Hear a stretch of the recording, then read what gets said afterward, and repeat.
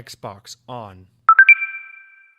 Welcome to Xbox On, a podcast with one host about one console, the Xbox One. I am said host, Jesse DeRosa, and on this week's episode, we'll be talking about the latest Xbox news for the week of November 21st, 2019, including Anthem still isn't dead, Modern Warfare appears to be getting a Battle Royale mode, Star Wars Jedi Fallen Order is really good, but also very hard, and much more.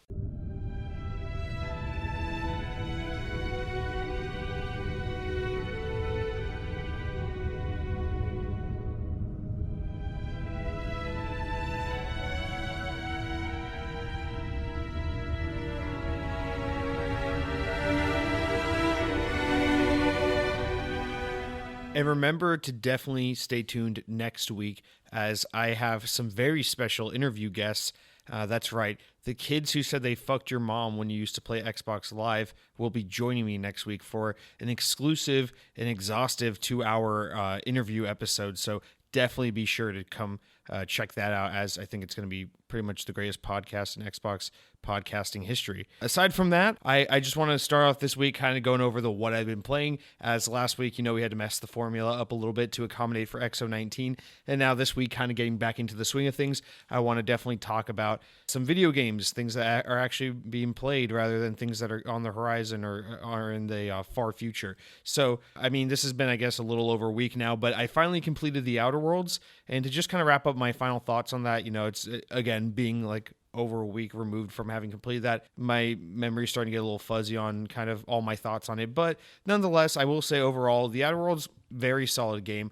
I don't think I really said this enough the first time I talked about it when I started playing the game, but this is normally not my type of game. I've played Fallout 3. I've started it like 3 times and then given up on it. I played most of Fallout 4 and then gave up because I really didn't care for it. I still kick myself because I've never played New Vegas, and I sure as hell don't give a crap about the Elder Scrolls games because I don't like medieval fantasy settings. So just for context, despite this genre being immensely popular, this is not the kind of game I normally play. So finishing the Outer Worlds was actually kind of a feat for me because, again, this is just generally a genre I give up on or don't invest in as much, despite always really wanting to really like the Fallout games because I do love the aesthetic in the setting of Fallout. But regardless, Outer Worlds, it was really solid. I will say, finishing the game, it kind of affirms my biggest fear about games like this, where it's all about player choice and player agency and you controlling the narrative. And it's that you can't ever make the ending too impactful because you either end up with you have a big ending that is you're kind of funneled into regardless of which way you play, which makes your choices seem ancillary, or you end up with an ending like what Outer Worlds has, and I'm not spoiling, I'm just saying it feels somewhat anticlimactic. It's like, wow, I've been given all this choice throughout the game, and then you reach the ending and it's like, so what? But these games really aren't so much about, as cliche as it sounds, the destination. It's more about the journey. That's the whole fun of being able to play the game your way and make the decisions you make. I just wish it had a bigger payoff, but I wasn't really disappointed with it all that much. I think by the end of the game, to be honest with you, I was just kind of ready to be done with it because despite having really enjoyed this game, I'm the kind of guy who likes the solid 8-hour game. I think I played Outer Worlds for like 15, 16 hours by the time I was done with it, which was like kind of pushing it for me. I guess I get bored easily, but that being said, still 15, 16 hours, I'm very glad the game is a tight 15, 16 hours as opposed to, 20, 30, 40-hour game like a lot of these types of games generally are. So that being said, I was pretty pleased with the game just kind of being a tight overall package and not really overstaying its welcome. And then just, more of what I've been saying about this game. I really enjoy the moment-to-moment gameplay. I like the melee combat a lot. I like the player choice and the weight you actually feel with the choices you make. I love being able to play the game in more of a stealthy kind of weasel your way out of situations with your words kind of way, as opposed to just always having to resort to combat. It was kind of a palate cleanser for me, or just kind of a really different kind of game for me, and a game I'm glad I enjoyed and I'm glad I tried out. And thanks to the power of Game Pass, I was able to do that for the low cost of nothing, just 15 hours of my life. And what is my time worth? Absolutely nothing. Aside from that, of course, I won't hold back anymore. Of course, Star Wars Jedi Fallen Order came out this past week, and yes, I have been playing that. I've been kind of busy / just unusually tired, so I haven't played as much of it I would like to, but I'm about 5-6 hours into the game now, and I will definitely say this game is really, really good. Of course, everyone seemed a little cautious about the game because it's like Respawn, those guys used to be the old Infinity Ward guys, and now they're the Titanfall and Apex Legends guys. Essentially, they make shooters, right? They're first-person shooter guys, right? But nope, they decided to make a third-person action game, and they did it better than most. It has very Uncharted-like platforming and environment traversal, which is awesome. It has very Tomb Raider-esque, like somewhat Tomb Raider, somewhat Zelda-like puzzle-solving dungeon stuff, which is just really well done. It's a little more challenging than I anticipated the puzzle solving being, which I really appreciate. It's not like stupid hard puzzles, but it's not like always obvious the answer or the solution to the puzzle. So I appreciate that it kind of tears that line of being like not insultingly easy, but also not like gruelingly difficult. And then additionally it has, I hate this term, Metroidvania kind of like tracking and map traversal. You get that live map that you use to kind of explore places, unlock new abilities that allow you to explore new areas of previously explored maps and things like that. And then yes, as you may have heard, if you follow this game to any extent, it has very Dark Souls, or what I assume is Dark Souls like combat, where like the parrying really matters, the timing of the attacks, all that, the dodge rolling, all that good shit really matters. It's not just hack and slash away. I'm playing the game on like the medium difficulty. There's 4 difficulties. I'm playing on the second mode, which is, I normally play a game of first go around on normal mode, and I gotta say, Jedi Fallen Order is the kind of game that really makes me admit something. I'm not usually an embarrassed person. I don't easily get embarrassed. There aren't many things that really humiliate me, but there's one thing I will reveal to you that does humiliate me, and it's like being shitty at games. For someone who, not to like pat myself on the back, knows as much as I know about video games and is as in touch with this industry and in this kind of, I don't know, these current events in the games industry as I am, for someone who's been playing games as long as I have, ever since I was like 5 years old, 4 years old, someone who plays and loves and adores games as much as I do, I have no real excuse for sucking at games as much as I do. I'm just really not very good at video games. They're with rare exception. I'm good at kart racers and most first-person shooters, but I'm good, not great. I'm good at Halo. I'm not great at Halo. Not for as much as I play it, but the point I'm trying to make is Jedi Fallen Order is not an easy game, or at least by my standards. I feel like, and I get like a little envious or a little like insecure watching some other like YouTubers and podcasters kind of talk about this game, as I hear them saying like, oh, it's kind of challenging. The combat's pretty deep, but it's not Dark Souls hard. To me, I don't play Dark Souls, but this is what I assume Dark Souls hard is, because I'm getting my ass kicked on normal mode. And, there have been moments where I'm like, man, should I just bump down to like the story mode and just enjoy the platforming and the story, because the combat's not really my thing. And, bumping down to the easy mode will allow you to just kind of blast through all the combat. I'm like, no, I really want to see this through on the normal mode and just kind of get a feel for these more like methodical combat driven games. So I'm trying to push through on this normal difficulty, but I'm also just like extremely embarrassed at just how bad I am at this game, and how I don't know, maybe it's a patience thing. Maybe it's just I want to hack and slash, I want to just fight, but I don't have the patience to really like do the dance of the combat, so to speak, as these kinds of more combat focused games are a dance of like learning your opponent's moves, learning how to react, and then when to attack and things like that. And I just want to hack and slash like this is the Force Unleashed, which of course it isn't. Yeah, I mean, if you were wondering about this game, if it's hard, take it from someone who is not very great at video games. This game is in my opinion hard for sure. The nice thing is the story mode does dumb it down. I slipped into it just a bit to see, out of curiosity. I was thinking, a game with a Star Wars, any video game with the Star Wars brand on is going to attract a very wide and mainstream audience. So you have to make this accessible to your more casual players that are going to play this not because they love games, but because they love Star Wars, right? And sure enough, yes, the super easy mode makes the game very accessible to players. So that is a thing you can, if you're worried about this game being difficult, don't worry. The super easy mode makes the game passable for sure, combat wise.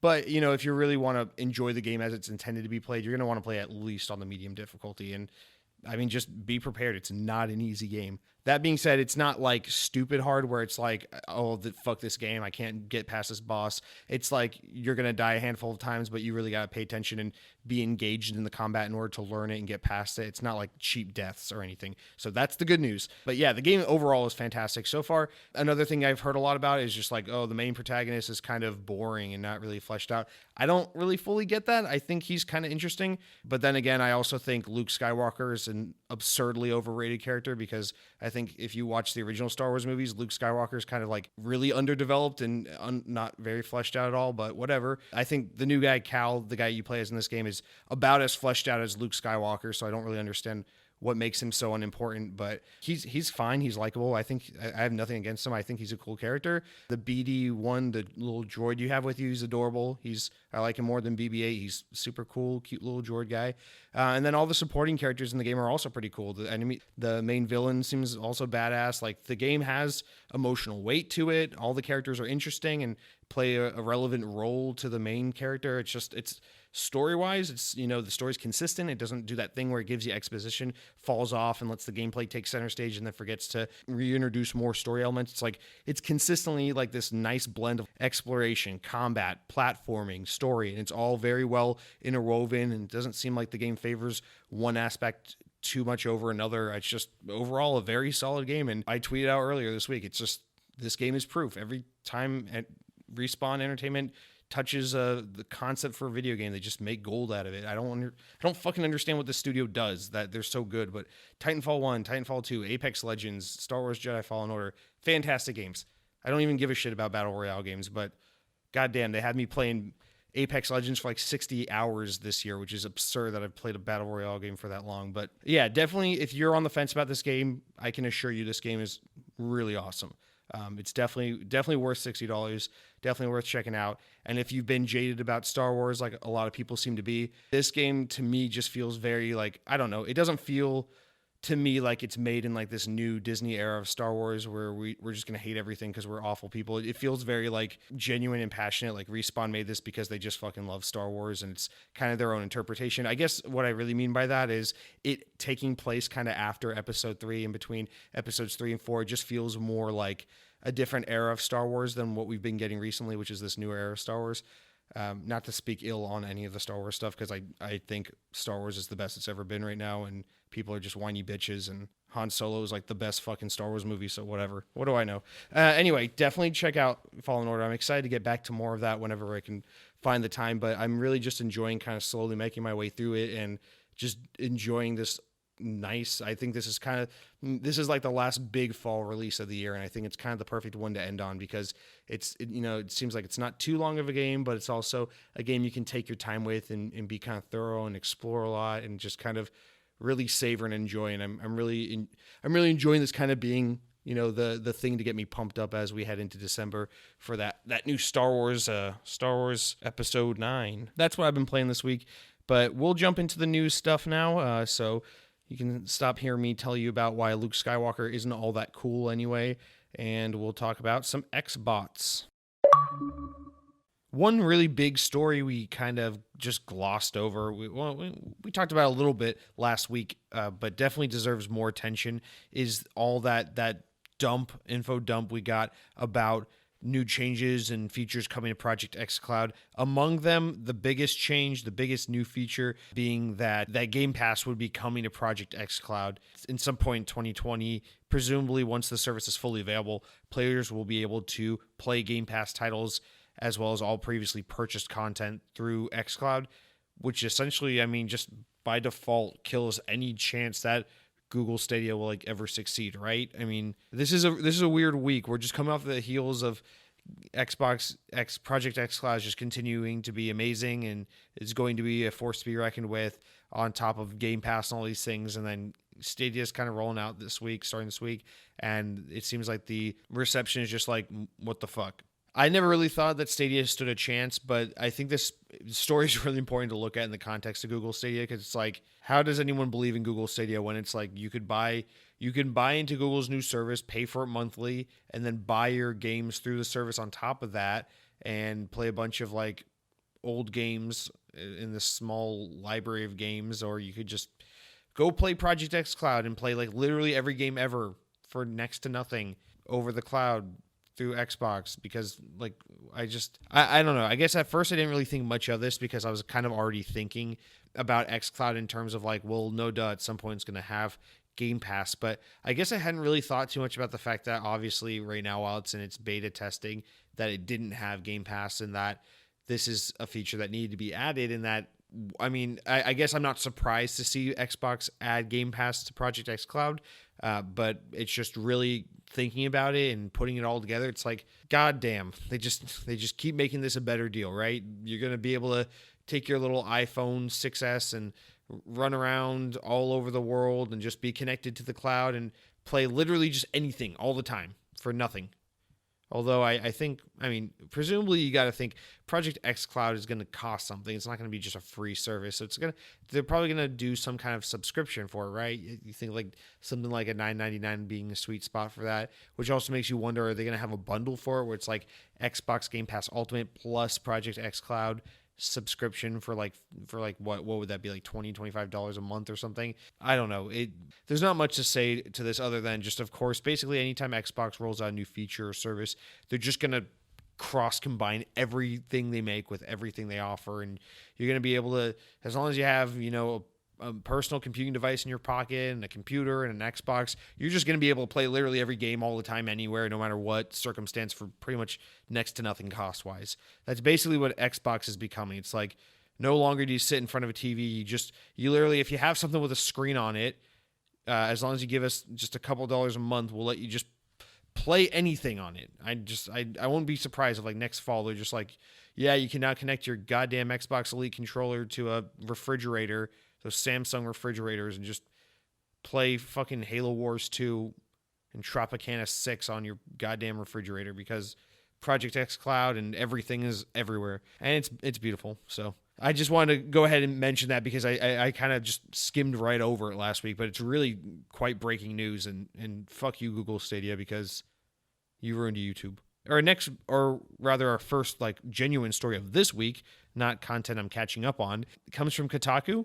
This is from Jason Schreier, the pretty much only reporter in the world of video games and media, and reporting on this new rumor, or not so much a rumor, but he's citing, I guess it's a rumor, citing sources from BioWare that Anthem actually isn't dead, despite, pretty much being dead.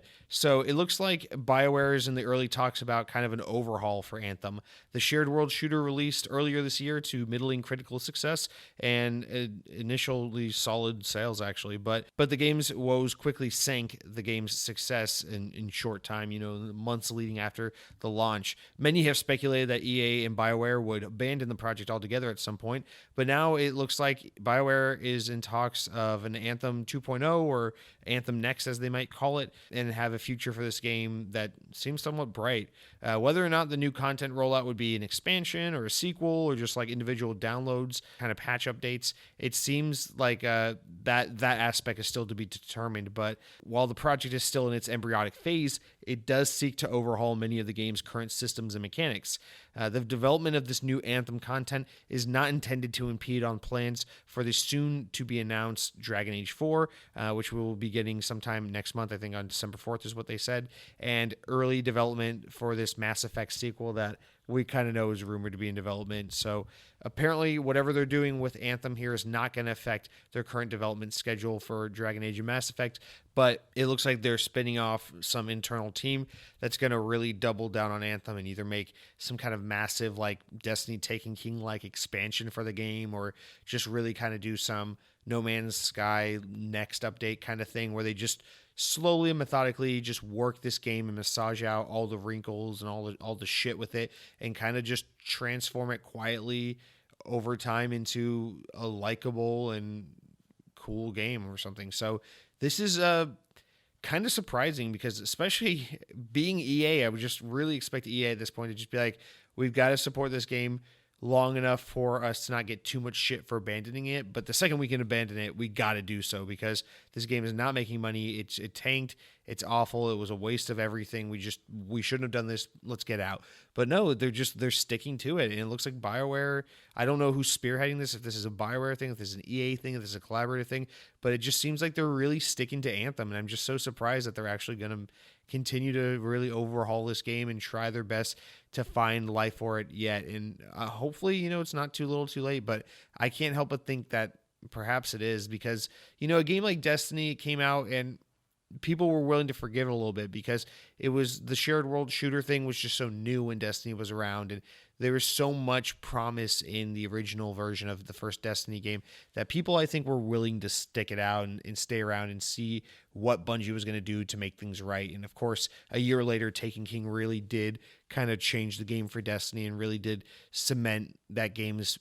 place, as a big game and kind of give it the critical clout it eventually started attaining. And I suppose that's what they're trying to do here, is find a way to say, hey guys, we know we dropped the ball at launch, but just give us some time and we're going to make things right for you. We're going to make this game so unrecognizable by the time we're done overhauling it that you're going to, players who, originally wrote it off and laughed off the game are going to want to come give it a try. And I applaud them for, EA for giving them the time and the resources to do it, BioWare for taking the time to do it, whatever needs to be done. But it's just, at this point, I can't help but think it's too little too late, because the industry as a whole is just in a different, the games market is just in a different place in 2019 with shared world shooters. It just seems like Anthem didn't take off, and now it has a really bad stigma, and it just doesn't seem to be like a fervent, passionate fan base for this game.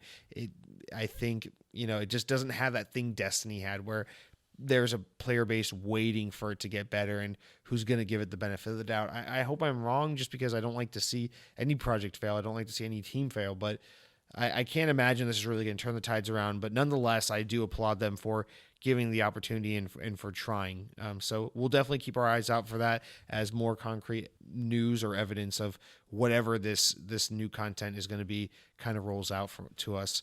And good reporting, of course, on Jason Schreier, as always, bringing us that hard-hitting news about video games. Our next big story comes from IGN. This one I just ripped directly. So just to kind of read from the article, it looks like a ton of details of what appear to be a new Battle Royale mode in Call of Duty Modern Warfare have leaked, thanks to a data miner from the Call of Duty subreddit.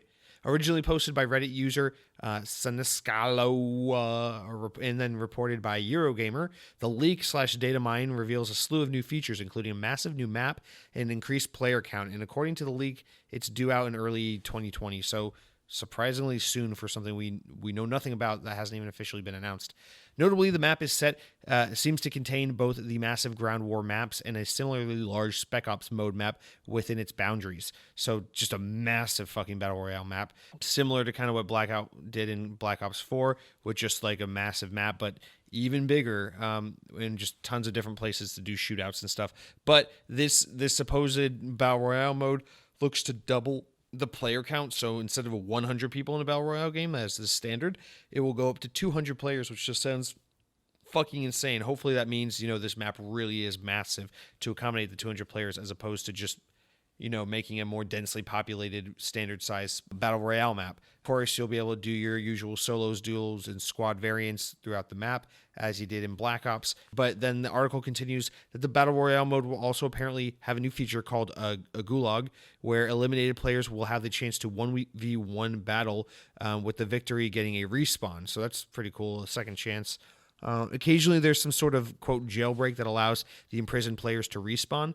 Players get to watch each other 1v1 match while the timer counts down to their turn, with players being able to place bets on other competitors to earn something that they call plunder. The new plunder system allows people to earn points by eliminating enemies and achieving mission goals. So once you get some plunder, you can convert them into experience points at ATMs located around the map. The player with the most plunder at the end of the game gets recognized for their efforts, and if you wander into the bank and deposit your plunder, an alarm goes off and alerts nearby players. Also worth noting, while Blackout had missions that players could complete, they mostly involved surviving to a certain player count. Modern Warfare's Battle Royale missions are a bit more involved and will apparently have you hunting down specific players, collecting scavenger crates, capturing domination points, and other options. Outside the Gulag respawning has also been retooled. You can loot a respawn token, but you only ever get to respawn once. You can revive a teammate by dropping their body off the ambulance with the respawn token, where they'll be taken to the gulag for their chance to come back. And at some point in the game, the gulag closes and players can not respawn anymore, kind of signaling the final moments of the battle. So far, none of this information has even been confirmed by Activision or any Call of Duty team that may be working on it. And it's unclear if it will be a free mode or a required DLC purchase. I will say, again, as I said at the top of the show, I'm not usually a Battle Royale person. I love how kind of meta this mode sounds, where it's just like so many games happening within games themselves. And I know that kind of makes me sound like an ignorant person when talking about a Battle Royale game, as that's kind of become a staple of the genre, especially in, the mega hit Fortnite. Kind of the fun of it isn't always just building and fighting and trying to be the last man standing. It's a lot of like finding adventures within this Battle Royale map and kind of dicking around and doing other things. I don't know. I guess despite the fact that I'm probably, even if this is a real thing, I'll probably just never really get into it, because who has the fucking time for all these multiplayer games? I just really do like this idea that like there's so many games happening within this game. It just gets so meta where like, yeah, the end objective is you want to be the last man standing, but if you do this, you can get a respawn. If you collect this, you can redeem this. You can get these rewards. You can have these 1v1 battles, while the larger scale battle is these 200 people dishing it out. It's just all these kinds of little things happening, while on the grander scale there is a overall battle being fought. I think that's really cool. I appreciate their desire to kind of reinvent this genre and to kind of make their own mark on it. So I hope this is real, just for the sake of it. Just sounds awesome. I mean, I would definitely check it out if it were real, because I mean, this definitely warrants a little bit of checking out just for its uniqueness based on the description alone. It does seem extremely specific for it to not be real. I can't help but think that it's got to be real, but a early 2020 release sounds like pretty fucking soon for something we don't know anything about. So maybe early 2020 it's more of like a reveal period, and this is something we get in the summer or something, but I guess they'd want to get it out sooner rather than later, right? Because every Call of Duty only lasts a year anyway, so they're going to want to have the slate cleared for Black Ops 5 next fall. As we know, is already in the work. Nonetheless, though, that just sounds cool. Just something to throw out there for all you Call of Duty people. I'm actually hoping to get back to Modern Warfare a little bit soon. I want to play more of that game. I really enjoyed it, and kind of felt bad that I just blasted through the campaign, and after only like 8 hours of multiplayer, moved on. So hopefully I'll get back to that soon. And hopefully we'll get that cool Battle Royale mode that I'll probably play for like 5 matches and then never again. Our next story here is that the NPD numbers for the month of October 2019 are now out. And to no surprise, the number one best-selling game last month was Call of Duty Modern Warfare. As Call of Duty is always the best-selling game every year for its release month, so that is, of course, no surprise. Perhaps what is more surprising is that The Outer Worlds made its way onto the list at the number 2 spot, despite being a Game Pass game. This is something I want to talk about for a little bit, because this is both a good thing and a bad thing. So The Outer Worlds made the number 2 spot despite being an Xbox Game Pass game. This means, NPD does not take into account anything with Game Pass. This means despite the fact that, the game is on PC, PS4, and Xbox One, it will soon be on Switch, but of course it's not right now. So despite being on 3 platforms, where one platform, the bulk of the players who played it played via Game Pass, the game still made the number 2 spot just from PC and PS4 alone. That's pretty impressive. That means that this game is selling really well on PC and PS4, because for sure that if the game were available on Xbox One only through purchase and not through Game Pass, that obviously it would sell significantly better than it sold. Not that it would top Call of Duty Modern Warfare. There's just no way in hell that would happen.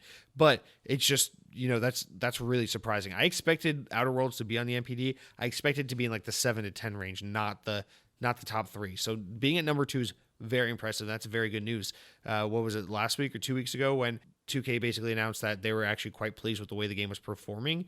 So I guess this is a better indication of what they meant, because to get number 2 on the NPD, especially in such a competitive month as October, is really fucking impressive. So that's really great news for the Outer Worlds. And again, like I said last week, unless this game is tied up in some crazy licensing shit now between, Private Division and Microsoft and everything, then I think that this game is basically guaranteed a sequel, as long as they can provide a sequel without any real messy kind of licensing shit. Now that, of course, Microsoft owns Obsidian. So yeah, that's just super impressive. But the other thing this made me think of was, back when Gears 5 came out in September, Gears 5 didn't hit that high up on the NPD charts. And, I credit it mostly to the fact that, of course, Game Pass exists. So most people were probably playing it via Game Pass and not actually buying the physical game. So that was why it was so low on the NPD charts. I think that month it was like 7 or 8 on the charts. Of course, you got to keep it in consideration.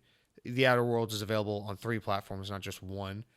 So, of course, it has the opportunity to sell way more, being on 100 million plus installed base device like the PS4, and then, of course, the PC, which is, sky's the limit on sales there. That is, of course, important to take into consideration, but it's surprising to see that, I guess, Game Pass isn't cannibalizing traditional game sales as much as I thought it would, although we will continue to see that grow and grow as Game Pass gets more and more popular, especially leading into the next generation, where I think the Xbox is going to be positioned to be a more successful platform than it was this time around. But let's continue with the rest of the top 10. So Call of Duty was at 1, Outer Worlds was at number 2. The rest of the top 10 spots, at number 3, we had Luigi's Mansion 3, which, again, impressive. That game was only out the last day of the month. Madden NFL 20, NBA 2K20, not surprising there. Tom Clancy's Ghost Recon Breakpoint, interesting to see that there, despite, Ubisoft kind of expressing how they believe it underperformed. WWE 2K20, FIFA 20, Borderlands 3, and Ring Fit Adventure, which is like Wii Fit for Switch owners. So yeah, that's pretty standard stuff. All the big fall games, sports games, all the big Call of Duty and some other big fall games, just all hanging out on the top NPD charts. But congrats to Outer Worlds for really fucking killing it there. I'm really happy to see it so high up, and congrats to the team at Obsidian for making, such a successful game. Our next story is one of those ultra famous Xbox boss says this kind of story. I guess I should preface with this. Xbox would be a much easier company or a much easier brand for me to analyze and interpret and criticize if it weren't for the fact that so many of their corporate guys are just so incredibly transparent and direct when they talk to audiences. They speak like gamers speaking to gamers. So sometimes it makes me a little hard. It makes it a little hard. Well, sometimes it does make me a little hard, but sometimes it makes it a little hard for me to kind of read these kinds of stories I'm about to get into and really dissect, because it's like, yeah, I agree.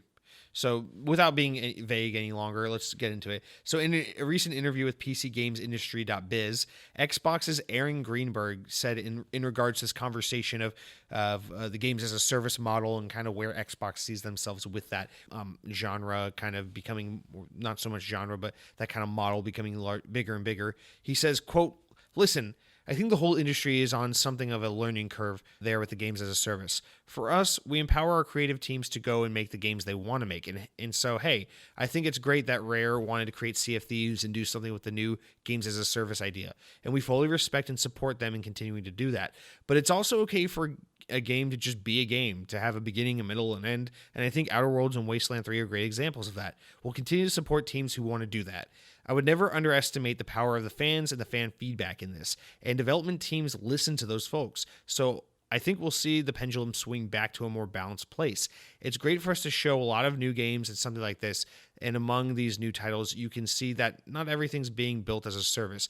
But that said, with some it does make sense, and we'll continue to support those and support the fans that are playing those titles. It is important to be aware of this as to not chase the success of the genre before it's too late. So again, the reason why I preface with that is it's like, normally I would basically just say all the things Aaron Greenberg said after someone like Aaron Greenberg would say some bullshit PR thing like, we're actively looking into the games as a service model to see the benefits it can provide to both Microsoft and the player, blah, blah, blah. No, this is Aaron Greenberg just basically saying literally everything I could say about this very topic. And yes, he's entirely right in being extremely transparent in that this is very wise for Xbox as well to have this kind of interpretation where the games as a service model is very much how I hope the open world thing is, where it's like, yes, everyone and their mom is jumping on board trying to make a games as a service type game, but like, we're gonna fucking flood the market. People, there are only so many people, and there's only so much free time.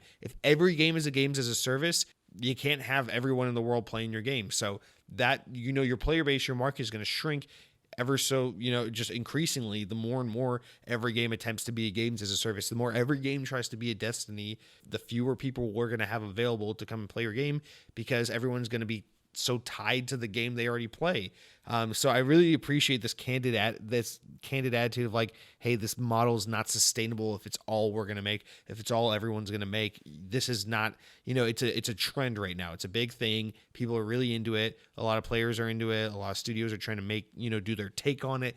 But, we're not going to force anyone to make these games, because what happens if we do that is that we take a bunch of our teams and we say, the games as a service model is very lucrative. We need you guys to all make a game like this. And then they all make a bunch of them, and they take 4 to 5 years to develop. And then by the time all these games start hitting the market, the trend has died.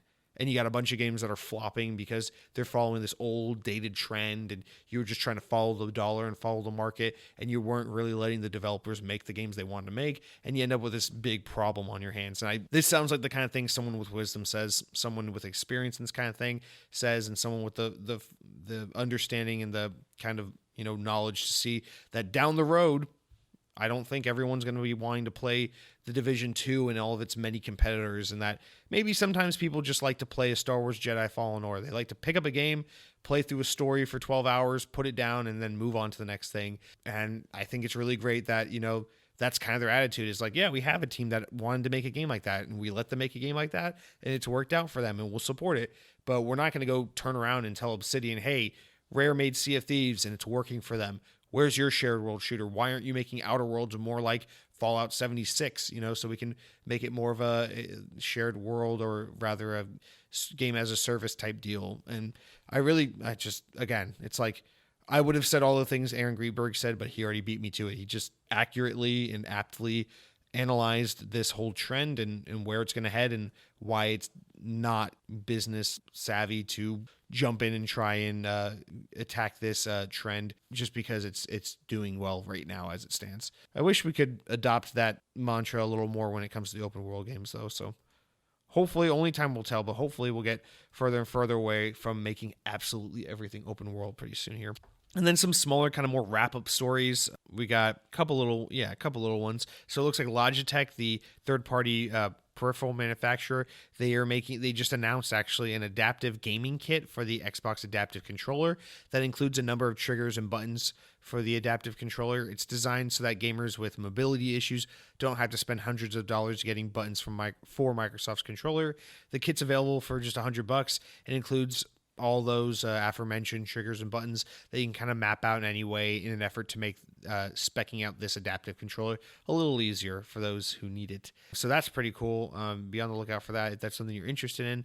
Aside from that, we got a rumor, or not so much a rumor, we got kind of confirmation from developer Koch Media, the developers of Saints Row, and recently released, or not recently, but a couple years ago released Agents of Mayhem, that THQ Nordic, the publisher, will be announcing a new Saints Row game sometime in 2020, so that they're development on that next Saints Row game is well underway, and that the game will be announced in a more official capacity sometime next year. And that should come as no surprise. The Saints Row series usually does pretty well, and THQ Nordic greenlights basically everything in the world, so it makes total sense that a game like that would be on the horizon. So definitely be on the lookout for that, as THQ Nordic continues to buy up every fucking smaller studio and re-release or make sequels to all the games, the mid-tier games we used to play 10, 15 years ago.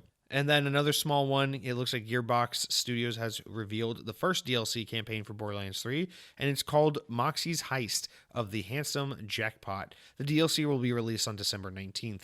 It adds a new galaxy destination with unique casino zones that are as gaudy and opulent as Handsome Jack would have ever wanted.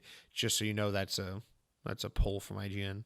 Moxie has a crew of her own, and players will be working with them, and the campaign missions will focus on the ultimate space casino heist. The DLC will be included in the Season Pass and Deluxe editions if you like to spend more than $60 for games. So there's that. So look forward to that if you're a fucking Borderlands nerd. Goddamn games as a service kinda-ish wannabe. And then, of course, our final story here. This is actually not so much a wrap-up. It's kind of a proper story, but this one just kind of, I just found this one right before I recorded, so I tacked on at the end here. So directly from IGN, Raphael Colantonio, goddamn Italian, the former president and creative director of Dishonored creator Arcane Studios, has set up a new development company, Wolf Eye Studios.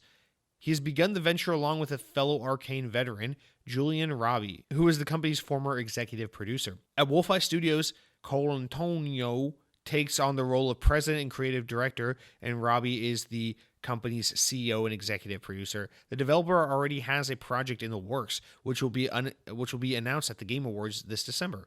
Wolfeye Studios aims to, quote, create games in which players live their own adventures in rich, simulated worlds that respond to actions and decisions in ways that are unique to each playthrough, end quote, according to a press release from the company, that is. And then a quote directly from Mr. Colantonio. He says, after taking some time off and consulting a variety of video game companies, I'm ready for a new venture. The AAA market is a risk-averse and innovation suffers from it. As a game designer, I've been wanting to try new ideas and new approaches, and I believe that being an independent game developer is the best space for doing so. The Game Awards will take place on December 12th, so expect an announcement there. I see this kind of as like a response to Dishonored 2 underperforming. Remember that Arcane is a Bethesda-owned studio, and Dishonored 2 kind of really didn't hit when it came out, 2 years ago? 3 years ago? 2 years ago? And I thought that was the end of the Dishonored series, and to me, I see a story like this, and it just says to me, yeah, Dishonored 2 did not meet the expectation sales-wise. And so what I see this as is, Bethesda probably wants to put them on like a more tightened leash and say things like, you're going to work on this stupid DLC spin-off for Wolfenstein and things like that, and we're going to not let you make another Dishonored because you try to be creative and cool with that and didn't really sell very well. And so it looks like someone's leaving to start their own studio as a result of wanting more creative freedom and to have more creative risk-taking with this new Wolfeye Studios. Of course, it's always a super risky venture to do that, as, of course, if his previous games like Dishonored kind of underperformed, imagine what kind of risk you're taking on as an independent developer doing something like that. So, of course, wishing all the best to the team at Wolfeye Studios and excited to see what their new game is, although I've just never personally been a big Arcane fan. They made the new Prey reboot, they made those Dishonored games. I don't know, their games look interesting. I've just never played one or really cared to try one out, but nonetheless, congrats to them for the formation of their new studios. Let's see if this is one of those. I might be looking into this a little bit much, but let's see if this is one of those.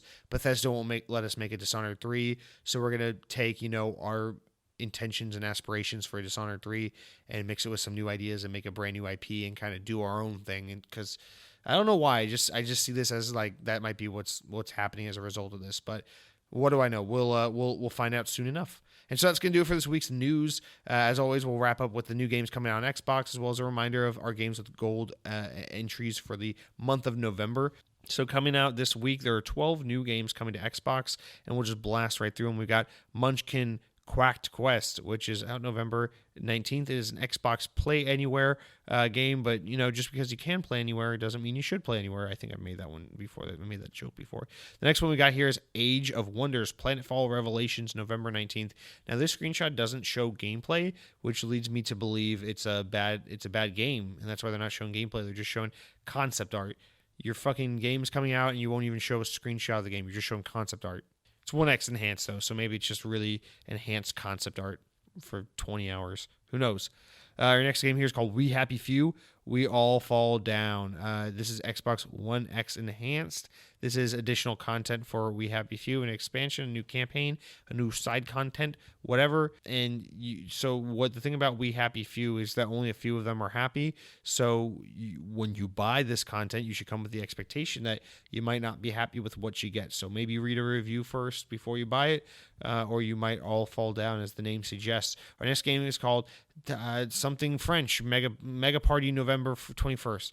It looks like a cartoonish little hockey game. It's Canadian, so we're going to skip it because I don't want to get cancer.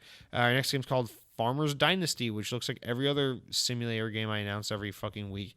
And then after that, we got Narcos Rise of the Cartels, which is actually a really awesome game because it's based on the hit Netflix TV series. So I don't know.